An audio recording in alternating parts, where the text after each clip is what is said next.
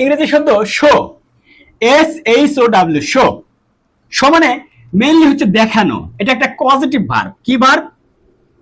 Positive verb মানে প্রযোজক ক্রিয়া, মানে যেটা হচ্ছে এই নিজে না করে অন্যকে দিয়ে করানো, অন্যকে দেখানো হচ্ছে। আমি দেখছি এবং সেই জিনিসটা আরেকজনকে এসে দেখাইলাম, এটাকে বলে দেখানো। এর ইংরেজি হচ্ছে শো। এই যে এই শোটা হচ্ছে পজিটিভ ভার্ব। কিসের? এই সি এর পজিটিভ ভার্ব। সি মানে হচ্ছে দেখা, ঠিক আছে। আবার এই শো মানে প্রদর্শন করা বা প্রদর্শন করানো। প্রদর্শন মানে ওই দর্শন, দর্শন মানে দেখা। প্রদর্শন, তার আগে প্রো এটা প্রেফিক্স যুক্ত করা হয়েছে।